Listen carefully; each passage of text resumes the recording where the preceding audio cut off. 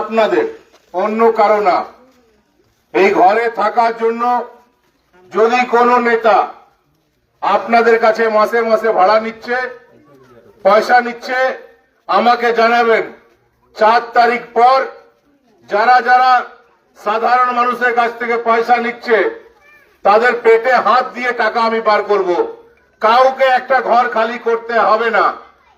যখন colliery nationalise হয়েছিল তখন কোল ইন্ডিয়া সিদ্ধান্ত নিয়েছিল যে যারা গরিব মানুষ আছে তারা ইসিএল এর ঘরে বা সরকারি জমিতে বসবাস করতে পারবে। আপনাদের অসুবিধা আছে তাই আপনারা এই ঘরে থাকছেন। এই ঘরে থাকছেন বলে মাথা নিচু করে থাকবেন এমন ভাবার কোনো কারণ নেই। কোন ইসিএল আধিকারিক ক্ষমতা নেই আপনাদের এখান থেকে বার করে দেবে, বা কোন টিএমসি নেতার ক্ষমতা নেই আপনাদের এখান থেকে বের করে দেবে। কেন্দ্রে বিজেপি সরকার আছে এবং 4 তারিখ রেজাল্ট বেরোনোর পর পশ্চিমবঙ্গে আমাদের সরকার গঠন হবে এবং তারপর থেকে যারা যারা ইসিএল এর ঘরে আছেন সে ঘর 99 বছরের জন্য আপনাদের নামে যাতে লিজ করে দেওয়া যায় তার ব্যবস্থা ভারতীয় জনতা পার্টি এবং জিতেন্দ্র তেওয়ারি করবে। আমি আপনাদেরকে সবাইকে অনুরোধ করছি যে ঘরে আপনি থাকেন সেই ঘর 99 বছরের জন্য আপনার নামে যদি লিজ নিতে চান তাহলে লিজ মানে পয়সা দিয়ে লিজ না, লিজ মানে শুধু পারমিশন, কাগজ কলমে পারমিশন।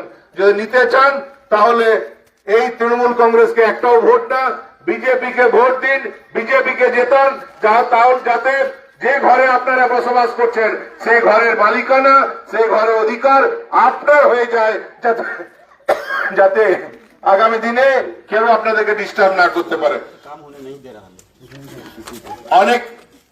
অনেকের কোয়ার্টার আছে, ভাঙা অবস্থায় আছে, একটু রিপেয়ার করতে চাইছেন, একটু বানাতে চাইছেন, সেটাতেও বাধা দেয়।